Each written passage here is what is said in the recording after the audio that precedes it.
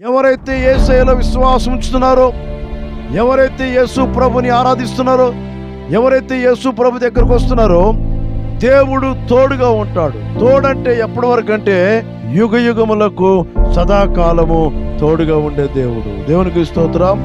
హల్లెలూయా. ఈ రోజున యేసయ్య తోడు లేకపోతే అనేకమైన బాధలు, అనేకమైన పరిస్థితులు ఎదురవుతూ ఉంటాయి. దేవుడు మనకు తోడు ఉండాలి. మనుషులుగా తోడు ఉండవలసింది ఎవరుండాలా? దేవుడు తోడుగా ఉండాలి. దేవుడు తోడుగా ఉంటే మనకి ఏ భయం ఉండదు. దేవునికి స్తోత్రం. దేవుడు తోడుగా ఉంటే మన హృదయాలు కురింగిపోవు. దేవుడు తోడుగా ఉంటే మన మనసు నలిగిపోదు. దేవుడు తోడుగా ఉంటే మనం ధైర్యంగా ఉండగలుగుతాం. హల్లెలూయా. యెషయా గ్రంథము 41వ అధ్యాయము 10వ వచనం చదువుకుందాం. యెషయా గ్రంథము 41:10 చదువుకుందాం దేవుని వాక్యాన్ని. దేవునికి స్తోత్రం. హల్లెలూయా. యేసుక్రీస్తు ఈ లోకానికి ఎందుకు వచ్చాడంటే ఇమ్మానుయేలుగా ఉంటాడు, తోడుగా ఉంటాడు. దేవునికి స్తోత్రం. మనల్ని అందరూ వదిలిపెట్టేస్తారు, విడిచిపెట్టేస్తారు. కష్టములు, శ్రమల్లో, బాధలు తోడుగా ఎవరు ఉండరు. దేవుడు మాత్రమే మనకు తోడుగా ఉండగలుగుతాడు. దేవునికి స్తోత్రం. చదవనా మాట.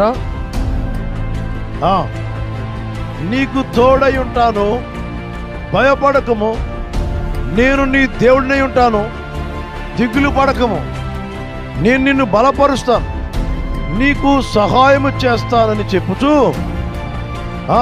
నీతి అను నా దక్షిణ హస్తముతో నిన్ను ఆదుకొందును. దేవుడు ఎప్పటి వరకు తోడుగా ఉంటాడు? కొంచెం కింద వచ్చిన చదవండి.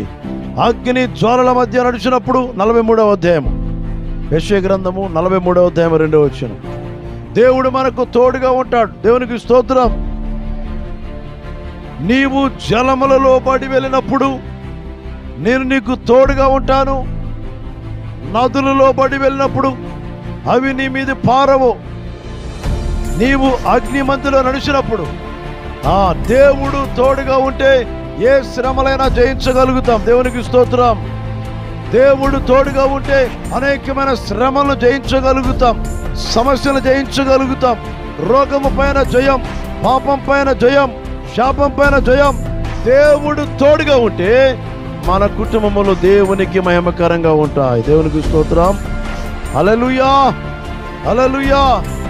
యేసుక్రీస్తు ఎవరంటే తోడుగా ఉండేవాడు. దిక్కులేని వారికి దేవుడు తోడుగా ఉంటాడు. ఎవరు మన యేసయ్య అంటే ఇమ్మానుయేలు. ఇమ్మానుయేలు అనగా దేవుడు మనకు తోడుగా ఉంటాడు. దేవునికి స్తోత్రం.